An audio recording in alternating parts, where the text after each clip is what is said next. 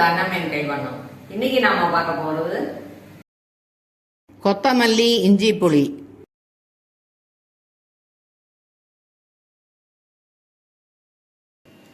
கொத்தமல்லி கொஞ்சம் எடுத்துட்டு இருக்கேன். ரசத்துல நம்ம இந்த இலையை மட்டும்தான் போடுவோம், தண்டு போட மாட்டோம் இல்லையா. இதுல அரைக்க போறதுனால தண்டையும் சேர்த்து எடுத்துட்டு இருக்கேன். 2 ஸ்பூன் அரிசி மாவு, 1 பச்சை மிளகா, இஞ்சி 2ஐயும் நறுக்கி வச்சுருக்கேன், கருவேப்பிலை, தேவையான அளவு உப்பு, மஞ்சத்தூள், 3/4 கரண்டி நல்லெண்ணெய், 1 ஸ்பூன் கடுகு. முதல்ல இந்த 2 ஸ்பூன் அரிசி மாவில் கொஞ்சம் தண்ணி விட்டு வச்சுக்கிறேன், இது கரைஞ்சின்னு இருக்கும். முதல்ல இந்த கொத்தமல்லியை போட்டு நைஸாக அரைச்சி வச்சுக்கலாம் மிக்சியில்.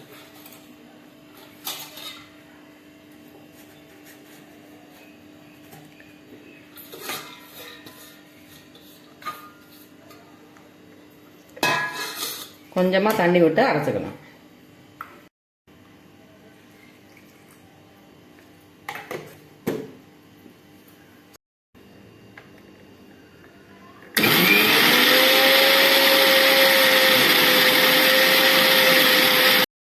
இந்த மாதிரி நைஸாக அரைச்சிக்கணும்.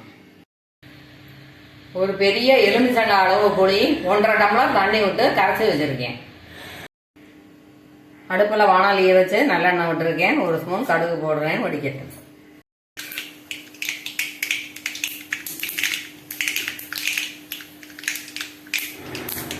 கடுகு வெடிச்சாச்சு, பச்சை மிளகாய் இஞ்சியை போட்டுடலாம்.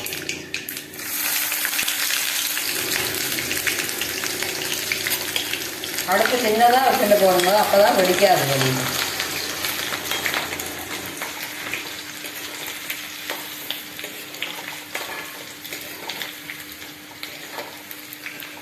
சில பேர் இந்த பச்சை மிளகாய் இதெல்லாம் போட்ட உடனேயே கருவேப்பிலையெல்லாம் போட்டுட்டு மீதி வேலையை பார்த்துடுவா. ஆனால் இந்த அந்த பச்சை மிளகாயோட நிறம் மாறுறது வரைக்கும் வச்சுருந்தோம்னா அந்த டேஸ்ட்டே வேறு, ரொம்ப நல்லா இருக்கும். இந்த காரம் எல்லாம் உள்ளே இறங்கி ரொம்ப ஜோராக இருக்கும் டேஸ்ட்டு.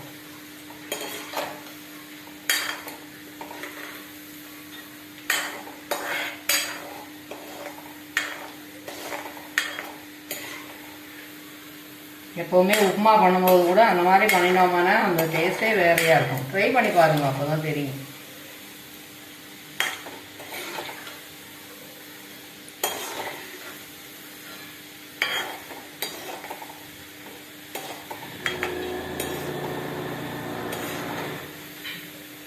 இந்த பொரியெல்லாம் அடங்கிட்டு வரும். இந்த மாதிரி கலர் மாறி எடுத்து பார்த்தீங்கன்னா இந்த மாதிரி இருக்கும்போது நம்ம கருவேப்பிலையே போட்டுடலாம்.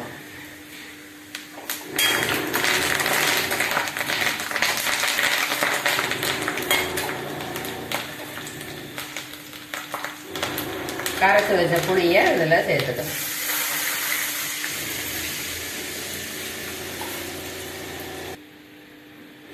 தேவையான அளவு உப்பு சேர்த்துக்கணும்.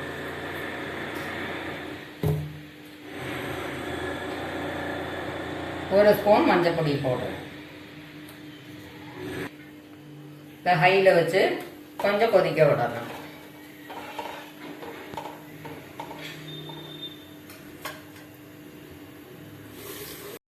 அரிசி மாவில் தண்ணி விட்டு வச்சோம் இல்லையா, அது கொதிக்கிறதுக்குள்ளேயுமே இதை கரைச்சி வச்சுக்கலாம். நம்ம முதல்ல தண்ணி விட்டதுனால எவ்வளோ ஈஸியாக கரைஞ்சி கொடுத்து பாருங்க.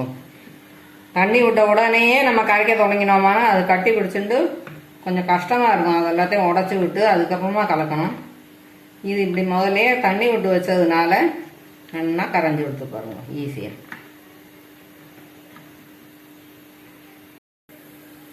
சின்னதாக வச்சுக்கிறேன்.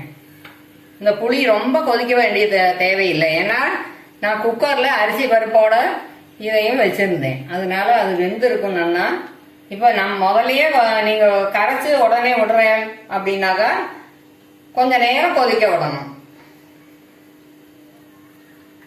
புளியை குக்கரில் வச்சுட்டோமானாக்கா நம்ம கரைக்கிறதும் ஈஸியாக முடிஞ்சு போயிடும். கொஞ்சம் கம்மியாக புளியை கரைச்சா போகிறோம் அந்த மாதிரி பண்ணும்போது. இப்போ இந்த அரிசி மாவை இதோட சேர்த்துருப்பேன்.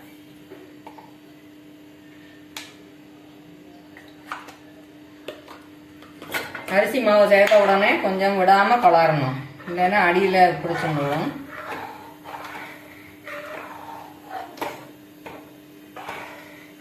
இது ஒரு கொதி வரவு வரைக்கும் நல்லா கலரிண்டே இருக்கும்.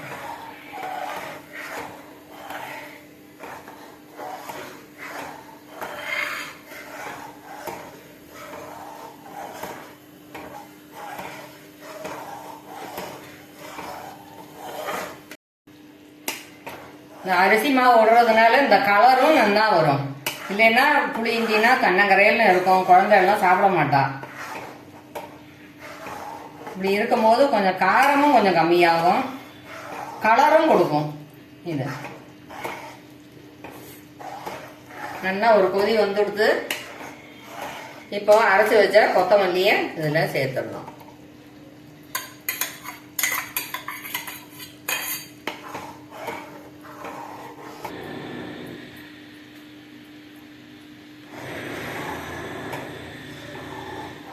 கொஞ்சமா தண்ணி சேர்த்து கலம்பி விடுறேன். இப்போ இது ஒரு கொதி வரணும், அது வரைக்கும் கொஞ்சம் கலரி விடுறேன். சீக்கிரமாவே உங்களோட கொதி, ஏன்னா கொஞ்சமாக தான் சேர்த்துருக்கோம் இல்லையா, இதுதான் அதிகமா தண்ணி சேர்க்கப்படாதுன்னு சொன்னேன்.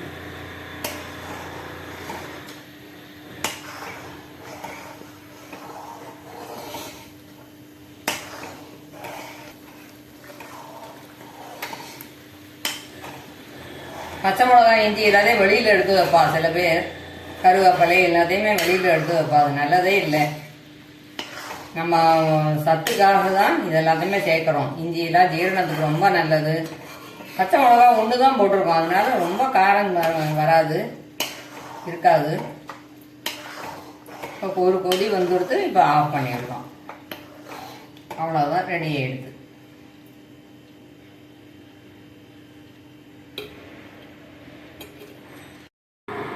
கொத்தமல்லி இஞ்சி புளி ரெடி ஆயிடுத்து.